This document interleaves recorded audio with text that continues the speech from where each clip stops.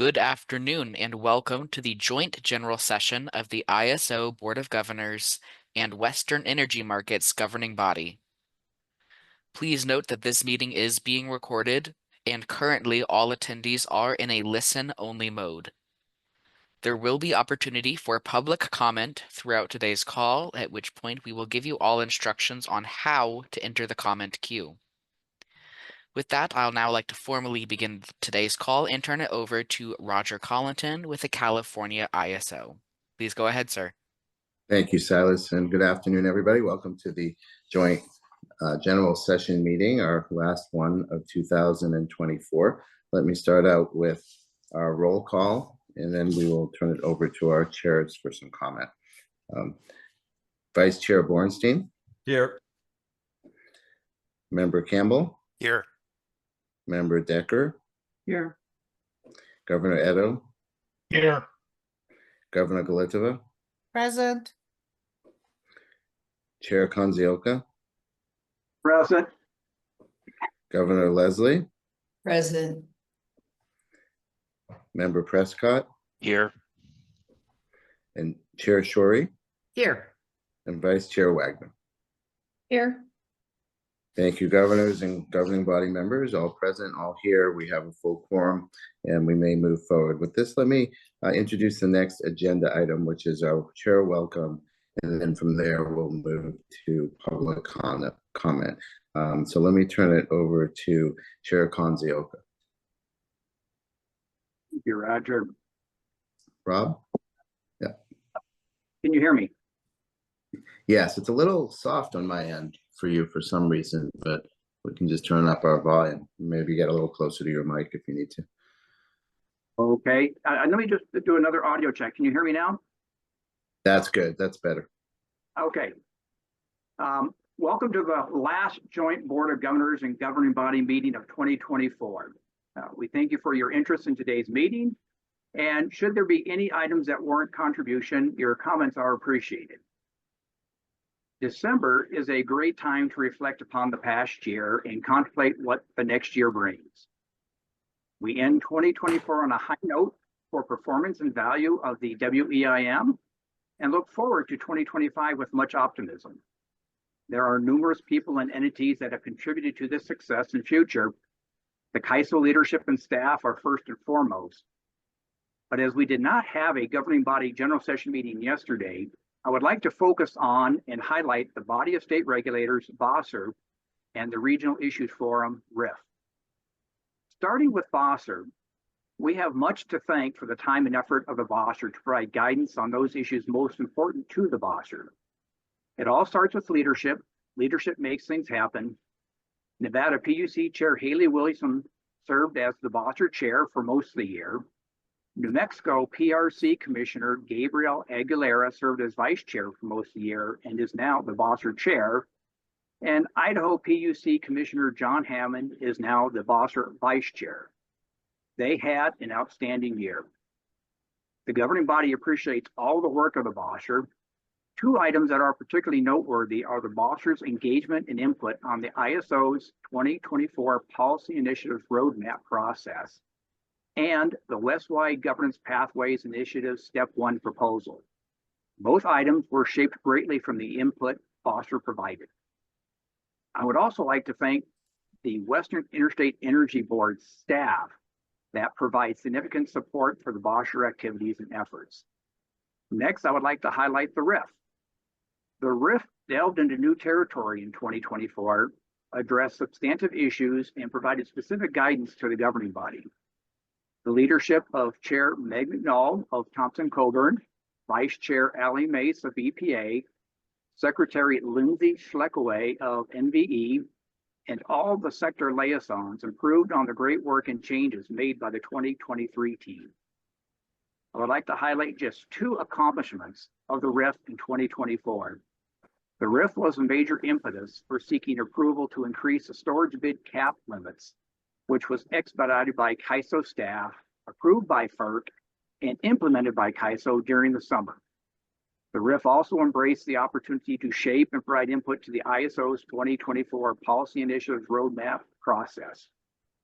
Looking forward, the RIF is working with Cal CCA to determine which sector is appropriate for their participation and engagement. The RIF is also contemplating an initiative on stakeholder enhancements in light of Pathways recommendations. The intent here is to identify concepts identified in the Pathway stakeholder process that could be implemented by RIF prior to any transition to a new organization. The governing body extends a big thank you to the Bosher and RIF, and as they continue to provide significant value to processing outcomes for the Western energy markets. This concludes my opening remarks, and now I turn it over to Board of Governor Chair Jan Shorey for her welcoming remarks.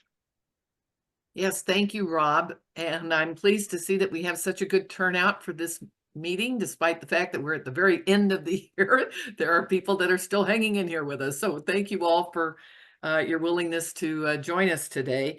I want to extend my thanks on behalf of the ISO Board of Governors to the Launch Committee, who will be making a presentation to us on the latest developments in Step 2 of the Westwide Governance Pathways Initiative.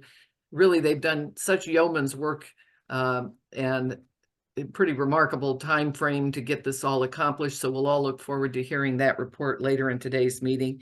And then we're also going to get a briefing on the final policy roadmap. And as Rob just mentioned, I want to extend our thanks to the RIF, because I do think that they have significantly morphed, to be frank. They have changed their role. They are substantively involved in helping us think about key issues and how to prioritize them and making sure that we're addressing what our stakeholders are seeing as the issues that we should all be working on. So thanks to both of those major efforts and the people that helped bring them to the success that we've had to date, and hopefully will continue into the next year. And with that, I will turn it back over to Roger, I think. Yes, thank you, Jan. Thank you, Rob. Our next item under agenda item number 1 is public comment, and this is for public comment that is for matters not on the agenda. We have specific public comment for those matters. So Silas, if you can check this to see if we have any general public comment in the queue. If you would like to speak under general public comment, please press the raise hand icon at the bottom of your Zoom screen. Or if you are dialed in through the phone only line, you may press #2 on your telephone keypad to enter the comment queue. We do have one hand up in the queue. Carrie Bentley, you have been sent a prompt to unmute yourself. You may please go ahead. Good afternoon. Can you hear me? Yes, we can hear you. Great. Hi, everyone. I'm Carrie Bentley, and I represent the Western Power Trading Forum. WPTF is a broad-based member organization dedicated to transparency and competition. Our organization is a strong supporter of regionalization and the eventual development of a West-wide RTO. I'm calling in today to provide context around a protest WPTF will likely file in January related to the extended day-ahead market. As you're aware, at the end of November, PacifiCorp filed its proposed tariff changes to implement EDAM. WPTF has significant concerns with this filing, specifically that PacifiCorp proposes to allocate virtually all congestion revenue it receives from the CAISO to measure demand. Okay, I'm about to go a little deep here for just the beginning of a meeting, but while PacifiCorp had been clear during the EDAM stakeholder process that excess congestion revenues would be allocated to measured demand, it was understood that balanced self-schedules on firm transmission would be able to continue to transact in the day ahead in the way they do today, with full protection from congestion exposure for day-ahead schedules. So why is this so important? While there are many legal arguments and huge commercial implications, at the most basic level, PAC's filing goes against a foundational aspect of the EDAM market design, that fundamentally EDAM is a day-ahead market overlaid on OAT transmission rights, and it's not a full ISO or RTO that includes congestion management instruments. EDAM is an incremental step that was designed with the clear intention of preserving, among other things, existing firm transmission rights and associated commercial arrangements. The CAISO's own final proposal was clear that this was how EDAM would work, directly saying that transmission customers can also utilize their transmission rights and pair their transmission rights with a self-schedule. This pairing of existing transmission rights and a self-schedule ensures through settlements that the participant exercising these rights is not charged for transmission and is held harmless for the congestion component between source and sink. So PAC's tariff filing upends this functionality by exposing anyone transacting using firm transmission rights to these uncapped and unmanageable price exposure. We would like to point out that PAC's tariff is the first tariff filed to implement EDAM, and therefore its design is precedent setting for both FERC jurisdictional and non-jurisdictional entities that may want to join EDAM in the future. WPTF cannot emphasize enough that these concerns that I'm articulating now are shared across the industry. And I will note personally that I believe that the design filed by PacifiCorp hands opponents of EDAM a valuable weapon to undermine it, which is completely unwarranted as this was not a part of the agreed to EDAM design. We are aware that PacifiCorp and other entities are working on a solution. While we are hopeful this will alleviate the need for many of the protests, including WPTF's, we want to emphasize that this issue goes to the heart of open access, which is core to WPTF's principles, and any solution will need to be comprehensive and legally binding. I'll conclude by saying WPTF leadership and staff have spent countless hours on EDAM and pathways, and we believe the best way to prevent a very unwanted delay in EDAM is for the CAISO to engage with PacifiCorp to develop a technically feasible, legally binding solution that addresses this issue and to get that solution filed with FERC as soon as possible. Thank you, and I would be happy to answer any questions now or outside this call. Thank you, Carrie. Elliot? Yes, thank you, Carrie. We are very aware of the nature of your concerns and those shared by those that you are representing, and just wanted to share, I think we share your optimism and hopefulness that this matter can be resolved in a mutually acceptable manner, and we will continue to work with PacifiCorp and others to support what they need to bring it to a satisfactory resolution. So thank you for the comment today. Thank you, Elliot. With that, we can go to, well, let me ask Silas, are there any other questions in the queue? At this time, there are no further questions in the queue. Okay, thank you. Wanted to make sure I closed that loop and didn't leave anybody out. Agenda item number 2 is our decision on the November 7th, 2024 joint general session minutes. And if I could get a motion to approve those minutes, please. So moved. Thank you, Angelina. And was that Rob, I believe, second? Yes. Okay, and let's go ahead and do the vote. Vice Chair Bornstein, Aye. Member Campbell, Yes. Member Decker, Aye. Governor Edo, Aye. Governor Galitova, Aye. Chair Konzioka, Aye. Governor Leslie, Aye. Member Prescott, Aye. Chair Shorey, Aye. Vice Chair Wagner. Aye. Thank you all. The motion passes, and we can go to agenda item number 3, which is our CEO report. And this is for you, Elliot. Thank you, Roger, Chair Shorey, Chair Konzioka, members of the ISO Board of Governors and the WEM governing body. It is great to see all of you, to be with all of you on the call today. And here hard to believe we're here at the end of 2024, my last CEO report of the year. So it's been a pretty amazing year. I look forward to talking about some of our accomplishments. But of course, we're just 3 days away from the beginning of winter.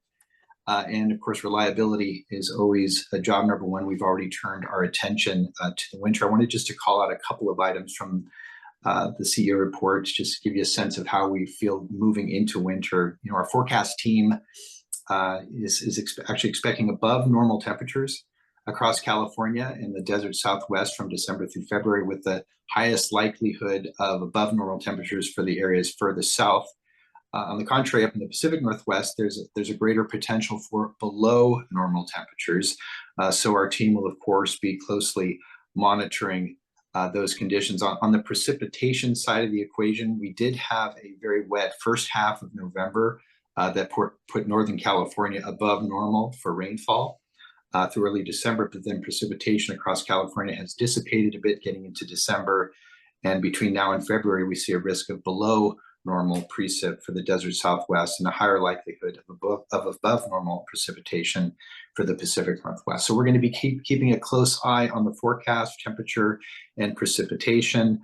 Fortunately, given this outlook, our operations team is reporting that all major transmission paths are expected to be fully available to support transfers across the region, allowing market participants in balancing areas to move energy across the system as needed. And at the same time, I think the resource adequacy picture within the ISO footprint is looking good, showing sufficient supply to meet firm demand across the winter season. Our teams, of course, have been doing their standard coordination activities for winter readiness with the RC West community and for those entities participating in the Western Energy Imbalance Market. Will continue that coordination across the system. And I think at the end of the day, we feel like we're heading into the winter in pretty good shape. But of course, we always remain vigilant for changes in conditions and possible extreme weather, such as the cold snap we saw last January across the Martin Luther King Jr. holiday weekend. I wanted to next turn to implementation of our Track 2 interconnection process enhancements. I think you are all aware that this was a very productive and transformational year in the realm of interconnection queue reform here at the ISO. I think we're all aware that earlier this year, FERC did approve Track 2 of our interconnection process enhancements that enabled us to very quickly move into production mode by reopening Cluster 15. And as I noted, just in the last couple of months as we've begun processing Cluster 15, we've already seen a 66% reduction in capacity in the queue. That's pretty remarkable just from the outset as folks start to reconsider the range of requests that they have in the queue. The next step, of course, is for the ISO to verify that those projects that are seeking to interconnect in priority zones have available transmission capacity, that they then validate site control documentation, score and rank the projects, and of course, if necessary, assess distribution factors, and then conduct an auction for any tied projects to determine which of those will advance to the study process. So we are now in production in our new paradigm for interconnection queue reform. As we have stated before, we will continue to document the outcomes of the process in the interest of revisiting the process and making any necessary adjustments before Cluster 15, which is currently scheduled to open in September of 2026. We will also continue to explore the process for allocating deliverability in Track 3 of the interconnection process enhancements, which we expect to bring to the Board of Governors for approval in the spring of 2025. I also wanted just to note that just earlier this week, the Track 2 contract and queue management reforms that were still before FERC were approved, which is going to give us some additional ability to bring greater efficiency in processing requests in Cluster 14 and previous clusters. So overall, our full package of Track 2 reforms has now been fully approved by the Commission, and we're looking forward to continued progress on that front. I just wanted one other parenthetical note that also last Friday, FERC did approve the Transmission Control Agreement application for the Pattern SunZia project under the SPTO application. So that's looking great. Another piece of good progress to close out 2024. Turning to the extended day-ahead market, it's been just about a year now that we received the first major approval for EDAM, and then of course in June this year the final approval of the transmission access charge. And we're just so pleased with the amount of progress we've made this year on participation in EDAM. Of course, we already have three. When I first submitted this CEO report last week, we had 3 formally committed entities in PacifiCorp, Portland General, and the Balancing Authority of Northern California. And fortunately, just yesterday, the Los Angeles Department of Water and Power announced the approval for their formal commitment to the extended day-ahead market. So really pleased and honored to have LADWP on board as well. And of course, we have other entities who have provided their strong leanings towards EDAM, and we'll see more from them next year including Idaho Power, NV Energy, Berkshire Hathaway, Montana, and Public Service, New Mexico. So I just wanted to note, of course, 2025 is going to be a major focus on implementation for us on EDAM. We have a significant internal team working on board, and of course, close coordination with both PacifiCorp and Portland General to keep EDAM on track for its launch, with PacifiCorp going live scheduled in the spring of 2026 and Portland General in the fall of 2026. So we're going to be doing a lot of work this year to keep both of those entities on track for implementation. I'm very confident that we're going to continue making progress there. Next, just turning to the Westwide Pathways Governance Initiative, and I'm looking forward to the briefing here shortly from members of the launch committee. This has been just an incredible year on pathways. I wanted to note that in late November, the ISO did file with FERC the changes necessary to implement the Pathways Step 1 proposal, which the Board of Governors and the WEM governing body approved back in August, subject to a trigger threshold of EDAM participation, which we expect to reach next year. We have requested an effective date for those tariff changes from FERC of March 31st, 2025. We'll hear shortly about some of the other elements of the Step 2 proposal. And I just wanted to note that we do look forward to continued engagement with the Pathways Initiative as it works towards formation of the new regional organization, and just stand ready as a technical resource for all the different elements of that initiative as it works its way to achieve additional progress on both the formation committee and the legislative process next year. Finally, I hope all of you have had a chance to review our 2024 year in review, which is out there on our Energy Matters blog. It's just been another very productive and positive year here at the ISO and with our many partners. Strong summer 2024 reliability, the successful integration of over 6,100 megawatts of new clean energy resources onto the grid, major progress on market evolution and transmission interconnectivity. And I certainly hope you all have a chance to review that and pass it around. It's got some important messages coming out of the ISO. And I'll just conclude today just with a big round of thanks. Thank you to all of you in our governing entities. We really appreciate your support. Chair Shorey, thank you for your service this year. It's been wonderful to have you chairing the Board of Governors, and we'll look forward to the passing of the torch tomorrow. But thank you so much for your leadership and support this year. Of course, to the Regional Issues Forum, to the BOSSR, our partners, Pathways Initiative. And I also just wanted to put out just a special thanks to all the people at CAISO. Just couldn't be more proud of all the work they've accomplished this year. It's just been wonderful to see everybody leaning in and just delivering results. And that's what it's all about. So thank you again for all your support during 2024. And we're already looking forward to another productive and successful 2025. And that concludes my report. Happy to take any questions. Thank you, Elliot. Any questions or comments from the board of the governing body?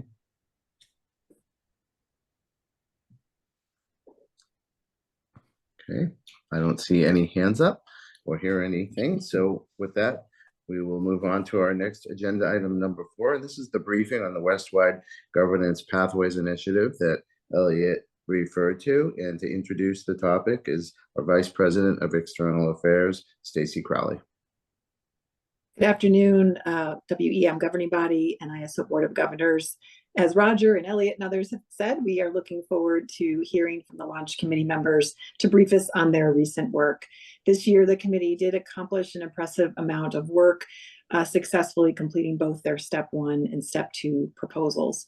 Today, we'll hear updates from Kathleen Stacks from Western Freedom and the co-chair of the launch committee, Evie Call with California CCAs, and Scott Renzall from Pacific Gas and Electric. Along with their fellow committee members and numerous stakeholders, they have earned well-deserved rest after approving their Step 2 proposal on November 22nd. We appreciate their time today, and I look forward to their update. I'll turn it over to you, Kathleen. Thanks so much, Stacy. And thank you to the ISO board and the WEM governing body members for inviting us here today. Scott is actually under the weather, so you're just getting Evie and I. Pam's in Paris, so we've sort of spread to the wind here, and in December. But I think between Evie and I, we will hopefully be able to give you a thorough presentation and answer any questions. I think maybe before I pass it to Evie to kind of jump into this, just want to again thank the CAISO staff for all of the engagement over the last year. They have been incredible partners and made themselves available to answer any number of questions and give feedback on thoughts and ideas. And we have, I think, landed in a really good place with that input and feedback. So thanks to all of you for the time and effort that you've put into it. And I think with that, I'm going to pass it over to Evie to give some context for the proposal, some of which you have heard before, so we will try to move through the older content a little bit quickly. Evie, go ahead. Thanks, Kathleen. So starting with slide 3, we wanted to talk and remind you what the launch committee's mission was in forming last year. We were looking to enable a large footprint, the largest EDAM footprint possible, or market footprint possible, that included California. That was an important element of the goal, and that maximized overall consumer benefits. We're focused very intently on independent governance. That was very, very important to many of our participants. In fact, I think the driver for this whole initiative. We also wanted to make sure, however, that we preserved and built on the existing CAISO market structures, that we didn't recreate the wheel. And by minimizing duplication, we would reduce costs in standing up this organization and bringing it to operation. We also wanted to make sure that the organization was flexible enough to accommodate future changes, additional services provided by the RO and potentially into an RTO structure. So that's where we were coming from with our mission. The evaluation criteria on the next slide really align very well with the mission itself. We're looking at independent governance, equitable representation, organizational flexibility, and optionality for the RO's evolution. So it aligns closely. In addition, we were focusing on the goal of creating a timeline that would promote participation. I think we're all aware that this was a competing proposal. And we wanted to make sure that we were expeditious in getting our work done, which we were. And we also wanted to make sure that we respected state authority. That's going to be a really critical matter, particularly when we go to the California legislature, that this whole framework respects state authority. So that's the mission and evaluation criteria. On the next slide, what you see is the stepwise approach. Very early on, we realized we couldn't go headlong into this, straight to RTO. So we decided to take a stepwise approach. And the first step, obviously, Elliot mentioned, was step 1, which is elevating the WEIM and EDAM governing body authority from its current joint authority with the CAISO to primary authority. And that increased independence really came in the form of the jump ball filing at FERC in the event of disagreements between the CAISO and WEIM governing bodies when they can't reach agreement on something, which to my knowledge has not happened. And as you know, this has made its way through the CAISO processes, and as Elliot said, we're just waiting for the trigger now, which is the signing of enough implementation agreements to warrant movement to this step 1 structure. But today we're updating on step 2, which is on the slide, and it's a much more significant step toward greater independence. And we're not just elevating authority within the CAISO structure, we are creating a new structure in a regional organization, and it will have sole authority, not primary, but sole authority over energy market governance. And in this model, the CAISO becomes the operator rather than the governor of the market, and it will be operating under a contract with the regional organization. Step 3, which we won't really spend time on today, goes beyond step 2 by expanding the scope of the regionalized functions offered by the RO. And again, we spent a lot of time thinking about that, but it is not a part of the initiative's proposal at this point.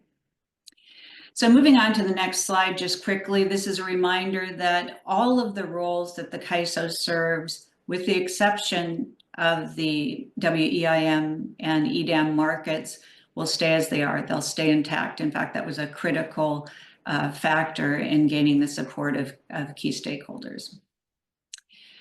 Okay, moving on to the next slide, which is slide 7.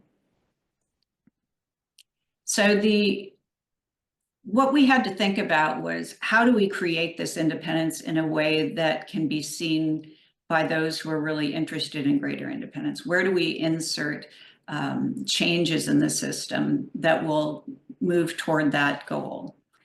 So beginning with the structure, we are going to be creating a separate and independent 501c3 corporation. So it's no longer under the CAISO, it is a separate corporation. The governing board is independent and it'll have regional representation. There will be a separate location from CAISO functions, whether it's on a different building, different floor, or different locale entirely, but it will be separate and apart from the CAISO. There will be separate dedicated staffing. I think the extent of that staffing is still in debate, but it will be a separate organization with its own staffing. There will be there is an opportunity for the RO to offer additional services under its sole authority if it chooses. Whether California participates or not is a big question, right? But they will be able to offer those new services to regional stakeholders who do desire those services. And then another important factor was public interest. And you'll see this throughout the proposal, that in order to have sufficient independence and yet respect state authority, we needed to have public interest obligations embedded in the RO's bylaws and throughout the framework. Independence also shows up in the tariff. Obviously, the RO will have sole authority over changes to the WEIM EDAM tariff. It will also, in that same respect, have ultimate authority over the business practice manual changes. And it's not clear exactly how we'll work through the tariff issues, but there will be some refinement of tariff provisions, whether it's simply sorting them into new buckets. This belongs to the CAISO, this belongs to the RO, and this is a joint area, or separating the tariff sections so we can have a separate RO section and a CAISO section. So we undertook a big exercise in that respect, and I think we have a sense of how big the task is, and the stakeholders will certainly be a part of that.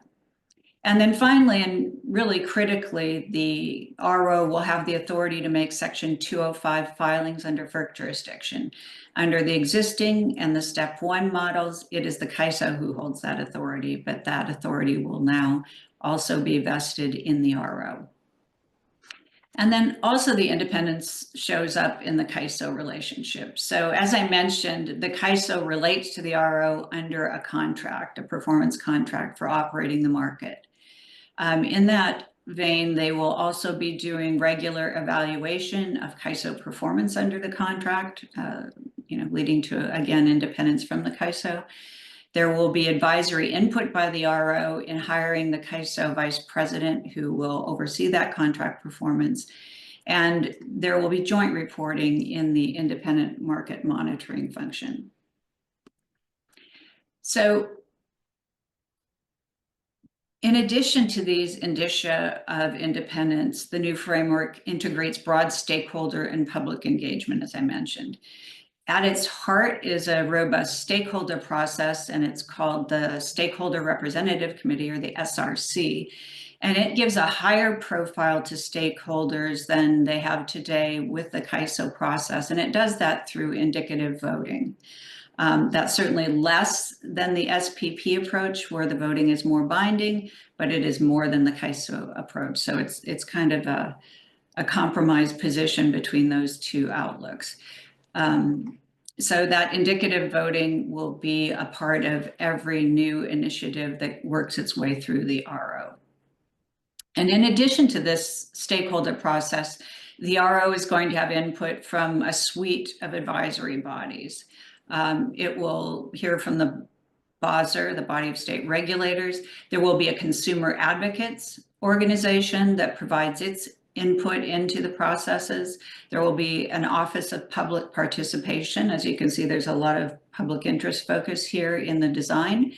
And obviously, as we have today with the CAISO, there will be oversight by the Department of Market Monitoring. There will be a Market Surveillance Committee and a WEM, a market expert, a WEIM, EDM market expert that will be overseeing and reporting up through the system on the technical aspects of the market. So as you can see, there's a lot of input going in, as the CAISO has today, up to the top of the RO board. Finally, when reviewing the final proposal, as you look through it, keep in mind a few changes from the initial proposal, if you recall that. We incorporated a lot of stakeholder feedback throughout the body of the document. We clarified that the CAISO is not a market participant. That was a point of confusion and discussion over and over again, but the CAISO is not a market participant. And you know, the reason for that is it's not engaging in transactions. It doesn't have any financial interest in market outcomes, no assets in the market. From a CAISO standpoint, it's really the PTOs that will be the market participants in the form of balancing authority. So any balancing authority that joins EDAM or WEIM will be the market participants. Most references made in the initial document to RO staff now just have been changed to staff. So when you see the word staff, it means RO staff unless otherwise indicated. And then most importantly, the formation committee is going to be working with the market operator to determine the RO staffing roles and responsibilities. So there's really going to be a culture shift between what folks are experiencing today with the CAISO and what they will experience tomorrow under the RO. And we're hoping through the formation committee to start making that shift and looking forward to implementation when we get the organization stood up and the rules all in place. Kathleen? Thanks, Evie. We'll go to and I'm going to talk a little bit about where we go from here now that we've got this final proposal out. Evie mentioned that we're creating a formation committee. This is a subcommittee of the launch committee. And because we are not very good at naming things, it is yet another committee. But this formation committee is really the body that's going to be charged with implementation of these recommendations in the Step 2 proposal. It itself is not a decision-making body. The launch committee will still ultimately be the group of people that make any decisions or additional recommendations that need to happen, that are either evolutions from the Step 2 proposal or refinements or even resolution of some of the issues that were not quite fully determined in that final proposal.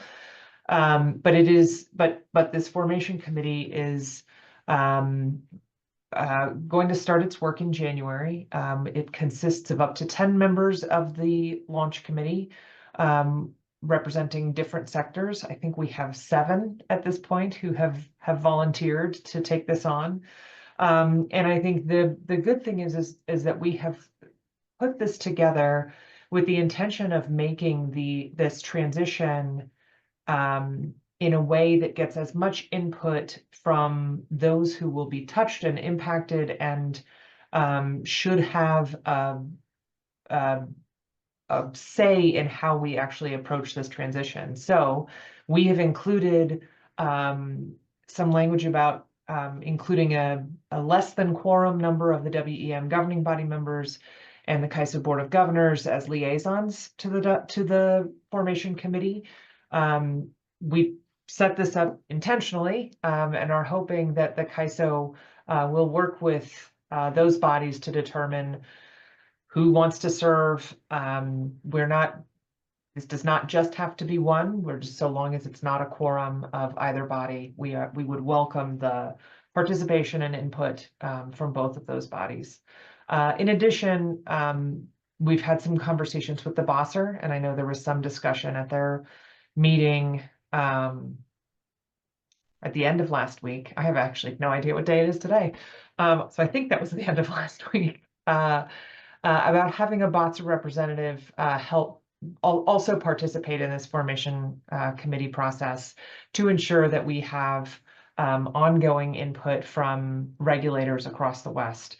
The input and insight from regulators throughout the launch committee process was invaluable. And so ensuring that we are able to continue that input, throughout our next phase will be really critical. Next slide, please. So we have set this up in sort of 3 phases of work. The first phase is really what we're looking to do over the course of 2025, which will be simultaneous to the legislative session that in California. So this is all work that is really sort of preparation work for getting the RO incorporated and off the ground, without actually taking any of those formal steps before the legislature acts and before a bill is signed. So these are action items like the development of the corporate documents, including the bylaws and the articles of incorporation, a charter, and those kinds of things. As Evie mentioned, we had some language in the proposal that really gets to how the RO should include public interest language in those documents. So that will be some of the work that the formation committee will be taking on over the course of next year. In addition, we'll look at initial budget estimates for the RO, for staff, the potential for starting a contingency reserve for the RO as it starts in this relatively small structure, but with an eye towards evolution in the future. And then any additional market research or insurance quotes for the RO, just making sure that we've got all of these pieces in place so that once a bill is passed, we can move quickly to get the organization off the ground. In addition, we'll be pulling together the nominating committee and the process that group will be undertaking to select the initial RO board. And we will begin the discussions with the CAISO about what initial tariff language will need to be changed to make this transition of the governance from the CAISO over to the RO. Next slide, please.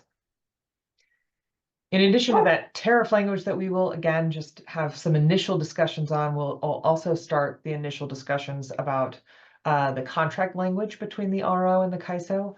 Certainly, these are not things that the formation committee itself will be able to negotiate or even finalize because we are not the RO. And so we want to start to get the framework for those pieces in place so that we can hand them over to the RO board once they are seated, and those negotiations between those 2 actual counterparties can begin at that point.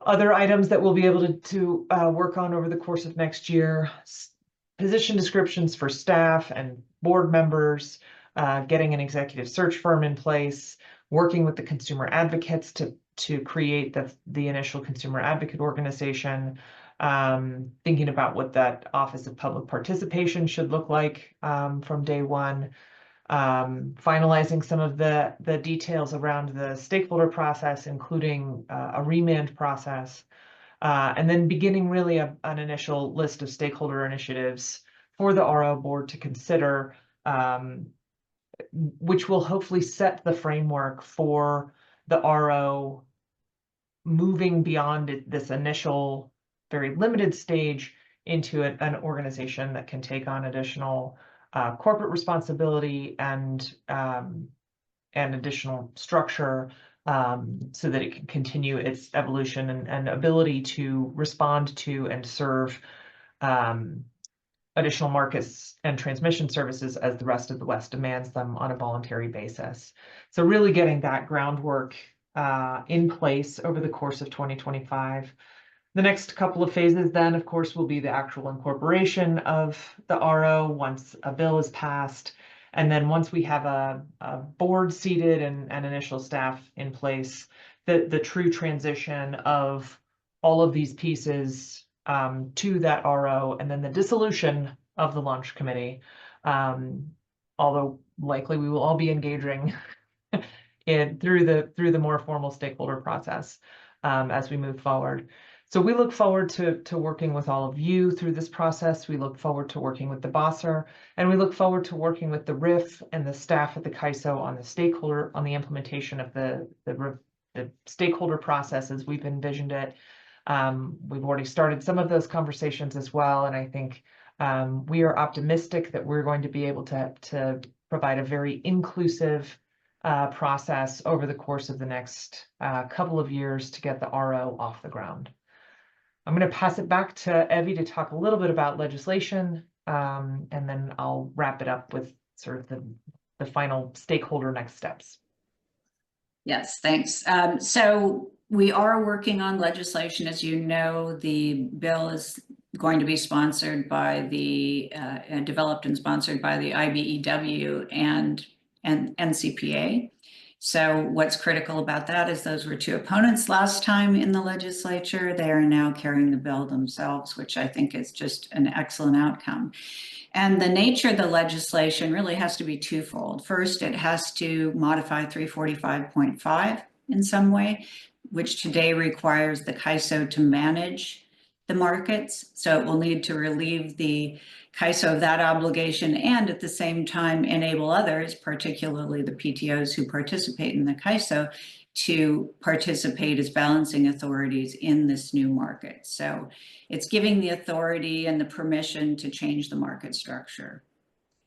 And the other area that will be addressed will be allowing the CAISO to offer market services of various sorts, not simply market operation, which will be happening in step 2, but any other future services that the RO may decide to add to its portfolio. So the CAISO would serve as essentially a vendor to the RO as it starts adding new services and developing forward toward an RTO. But again, the question of whether as those new services develop, the California legislature would permit participation by the CAISO and the California parties is a big question. So I think that part of the legislation will simply be limited to allowing the CAISO to become a vendor in those circumstances. So it's those two main pieces, I think, that we will be seeing in the legislation. Next slide, please. So to wrap it up, I think just wanted to recognize that we are looking to have ongoing, robust stakeholder engagement as we move through the implementation activities over the course of 2025, seeking feedback from stakeholders, both through written comments, as we've done before, potentially some workshops, depending on the issue, and whatever other constructs seem to fit for the work that we're doing. The formation committee is going to start meeting in January, and we'll kind of map out what our work plan will be for the course of the year and communicate that with the public. The other thing I wanted to mention is we got notice in November that the Pathways Initiative is receiving $1 million grant from the Department of Energy, and that funding will help us implement this work and over the course of the next couple of years, and will provide hopefully some seed funding for the RO as it gets off the ground. So we've just started our negotiations with DOE and hope to get those done relatively quickly. But we are really excited for the acknowledgement of the Western region collaboration on this, and we are optimistic that we'll be able to do all the things we need to do to keep that funding in place. But it's really exciting to ensure that we've got the resources necessary to complete all the work that we're going to need to do over the course of the next year. So with that, we're happy to take any questions.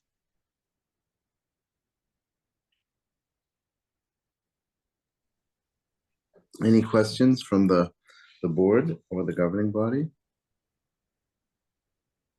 It looks like Jan, you have your hand up. I think Anita beat me. Well, Did you want to go first? No, that's okay. I'll I be don't doing think it. it matters. I'm just going in what I see first on the Okay. list. I just wanted to thank you for all the hard work that you've done to get to this point. This is a pretty remarkable accomplishment, and it's so complex, thinking about trying to stand up a new organization with this kind of responsibility.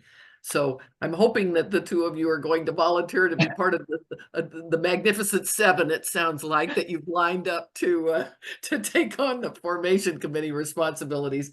Maybe we'll get to the terrific 10 or some other acronym. I wanted to endorse one point in particular because I have mentioned this in the past, and that is to go ahead and start to think about liability indemnification and insurance, because in my past experience, that's generally a topic that causes everything to grind to a halt because people work on it at the end and discover, oh my goodness, it's a lot more complex than you think.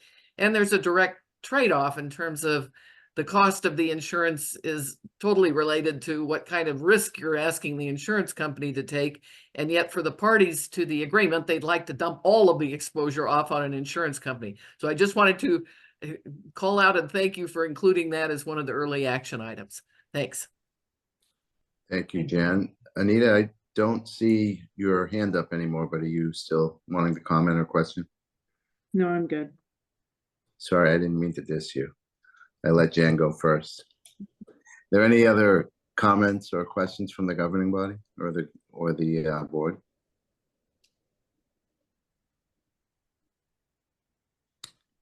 Okay, seeing none, let's go to public comment. Silas, can you check the lines to see if there's any public comment, please? If you'd like to make a public comment, you can press the raise hand icon on Zoom or #2 if you are dialed in through the phone only line.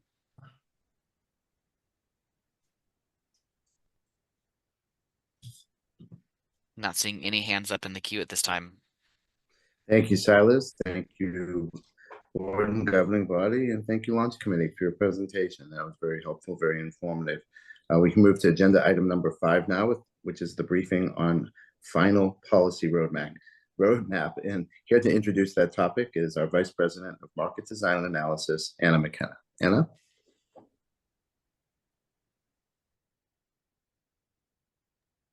Good afternoon. Are Board you of there, Anna? Governors, Governing. Oh, can you all hear me? Oh, I can now. Great. Thank you. Okay. Thank you, Roger.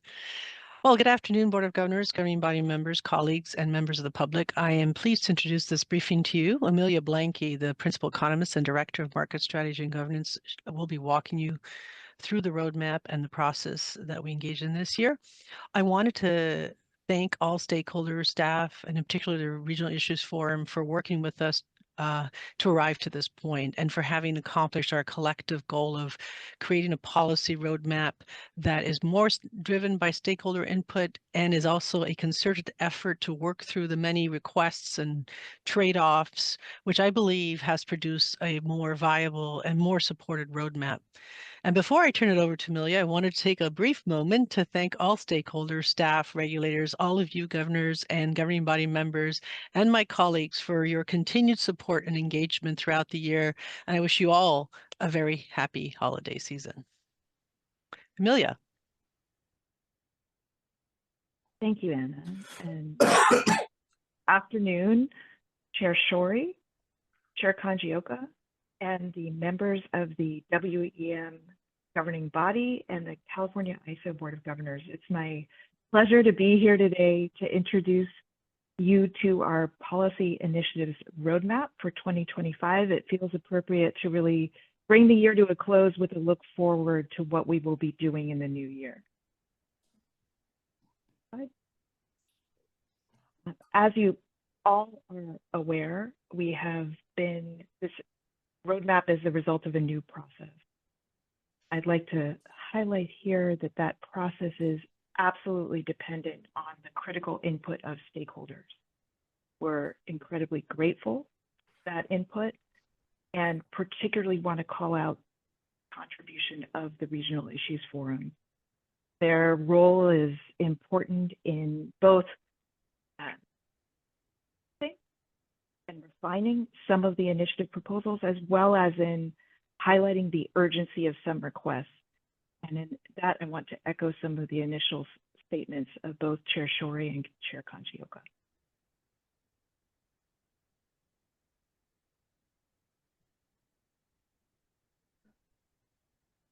We are here in the final step of this new process. We've highlighted at the top, the first half of the year is where we take in the critical input from stakeholders, refining to understand and get a clear picture of what stakeholders prioritize for the ISO going into the policy initiatives catalog and roadmap.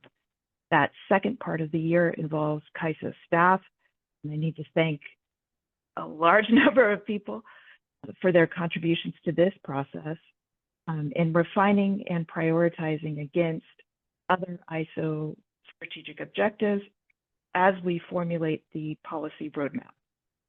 Fine.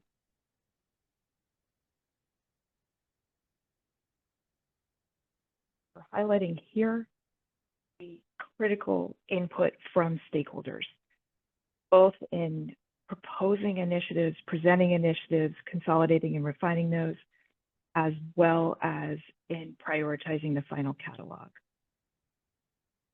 So that final prioritized list is then considered within the ISO's internal planning process, together with alignment with strategic goals, project impact on market efficiency and system reliability, implementation cost, and other ISO commitments.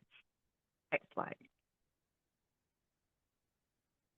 With that, I'll run through this quickly in the interest of time because I think we're at time. We are continuing work on a number of ongoing stakeholder processes: gas resource management, greenhouse gas, price formation enhancements. Slide. Resource adequacy, modeling and program design, WEIM, resource sufficiency, evaluation enhancements. Next slide. Starting 3 new policy initiative tracks. The first of those is the evaluation of congestion revenue right auction and allocation design. Second is a look at demand response, distributed energy resources, and biddable participating demand. And the final new policy initiative is a set of focused tracks looking at storage design and modeling. I highlight here that there are resources available on the CAISO website that I'd recommend for anybody interested. One is the full policy roadmap, which looks out 3 years, and the second is a proposal by proposal response to each of the proposed initiatives that we received in the catalog process. I'll note here that items included in the roadmap need to be broadly identified as a priority for stakeholders,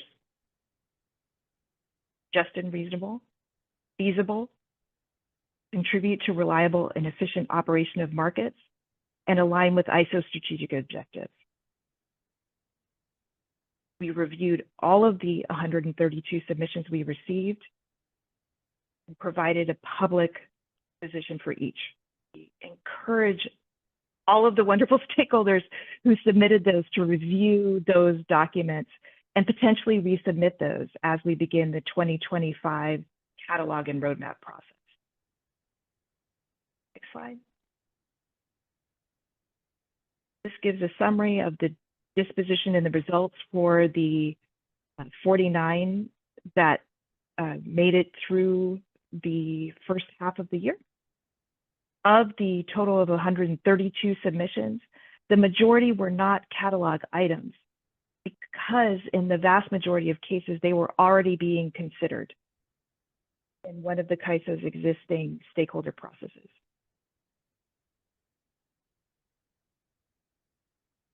Thank you again to all of the stakeholders who participated in this process this year.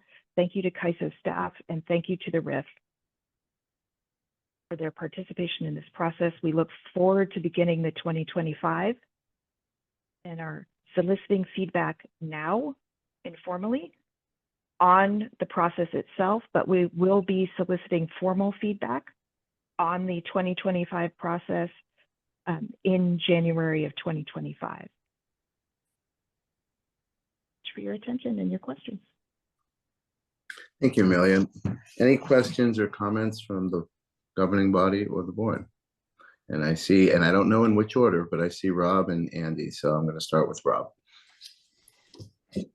Thank you. Amelia, again, appreciate this presentation. It's great to see the outcome of this year-long process and all the changes that were implemented and the engagement that you've received. I want to compliment you and the team for committing towards responding to everybody. I think that sets the high bar, and I think that goes a long ways towards the commitment on the participation and engagement.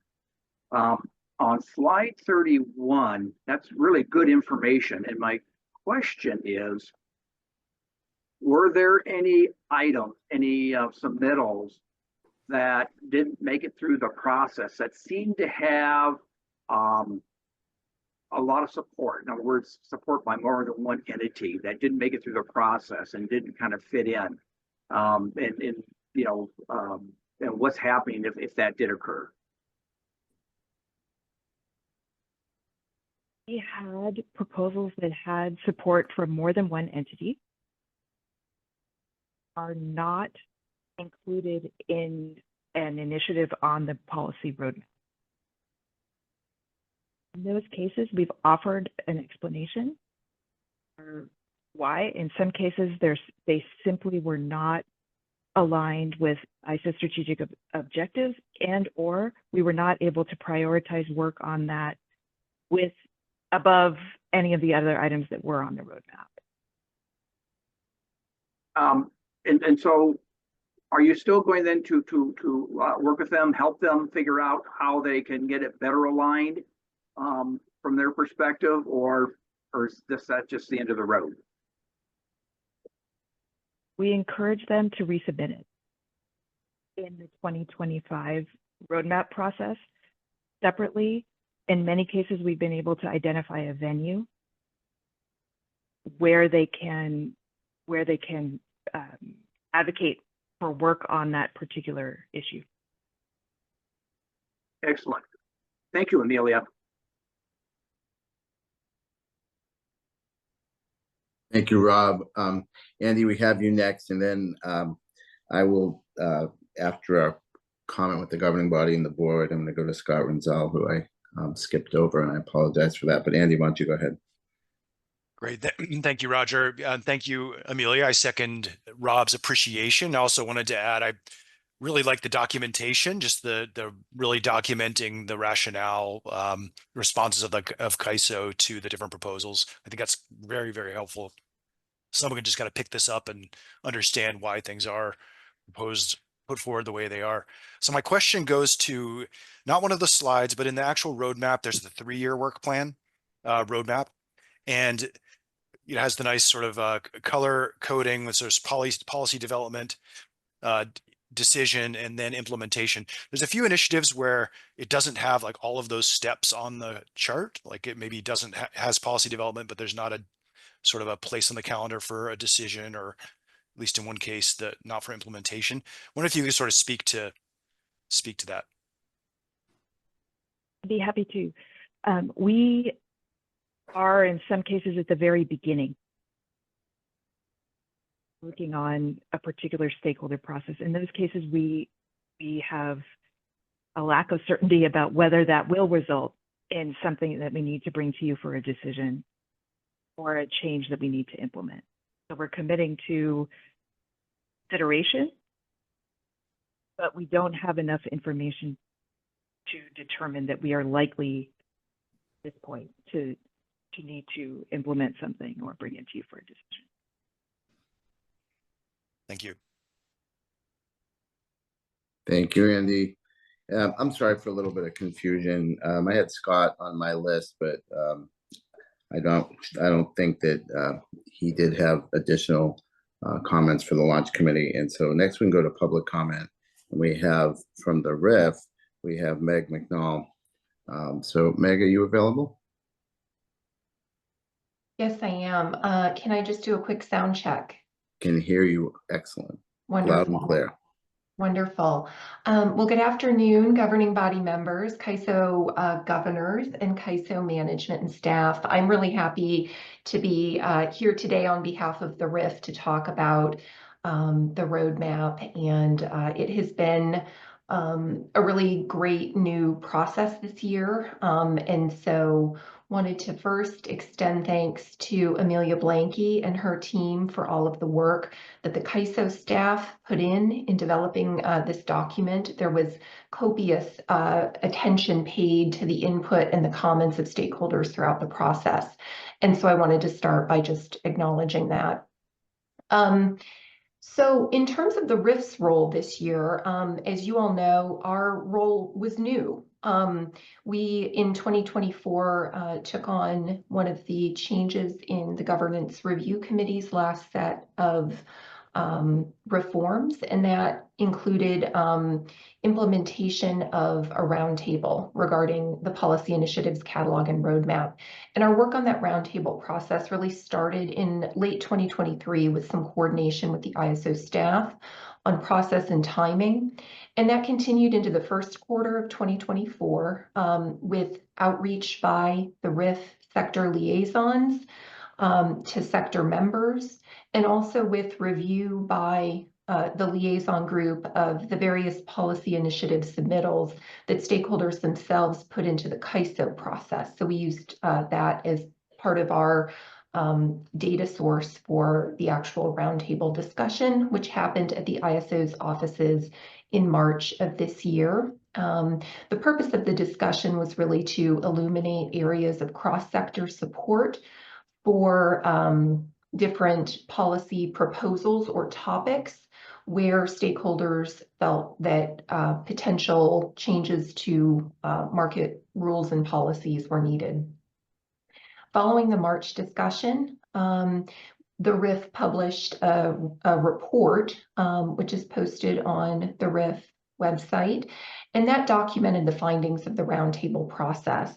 And according to our report, the RIF recommended continuing several important initiatives that the ISO had actually started previously. And those included the price formation, greenhouse gas coordination, gas resource management, and the RA modeling and program design initiatives.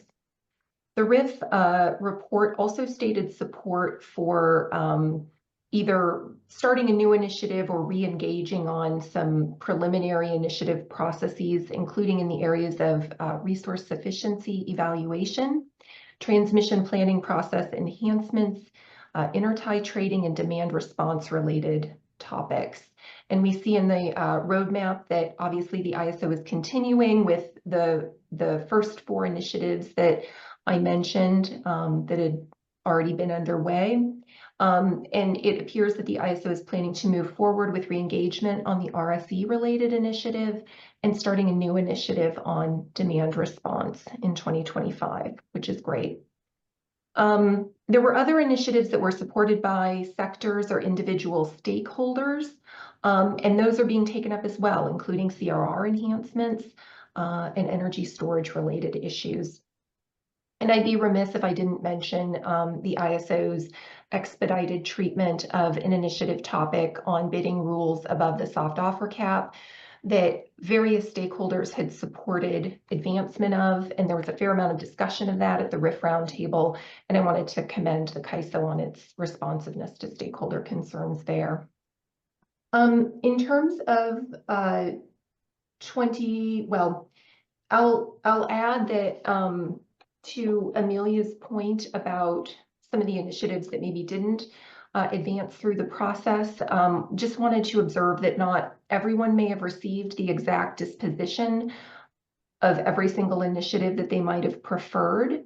But I think it was helpful to the stakeholder community and certainly to the RIF to see what the ISO's reasoning was for an initiative that may not have moved forward or for a topic that may have determined to be more suitable for a business practice manual revision or disposition in some other way.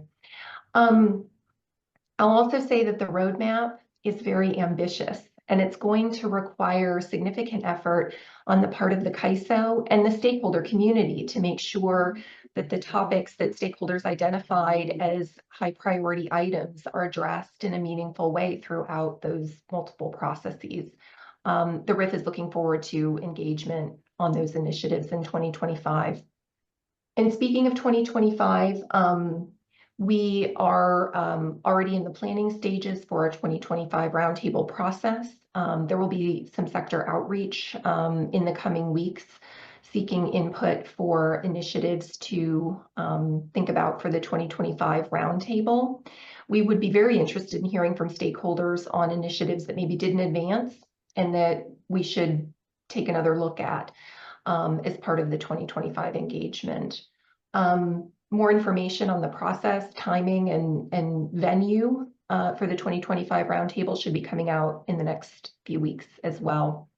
And so with that, I'll conclude my remarks. And I'd also be remiss if I didn't thank Chair Kanzioka and Chair Shorey for the acknowledgement of the RIF's efforts that in your comments at the beginning of the meeting. We really appreciate that. And we're looking forward to a really productive 2025 as well. So with that, I'm happy to take any questions. Thank you, Meg. And governing body board members, any questions for Meg?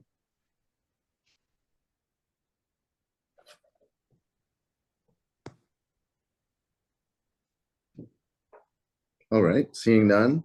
Silas, can we check for public comment? If you'd like to make a public comment, please press the raise hand icon on Zoom or #2 on the phone.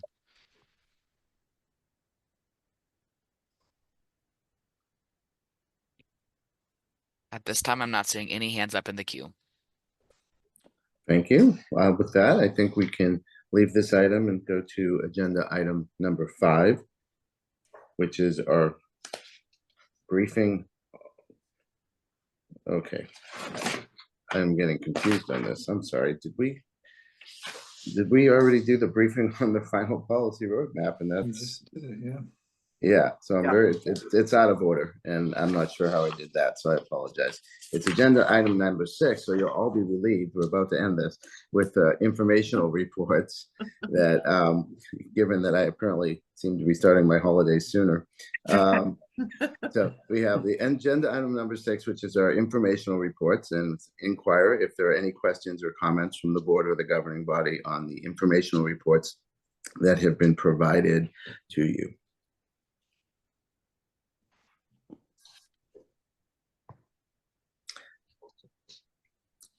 Seeing no hands up, agenda item number 7 is to inquire whether there are any future agenda items from the board or governing body that you would like us to know.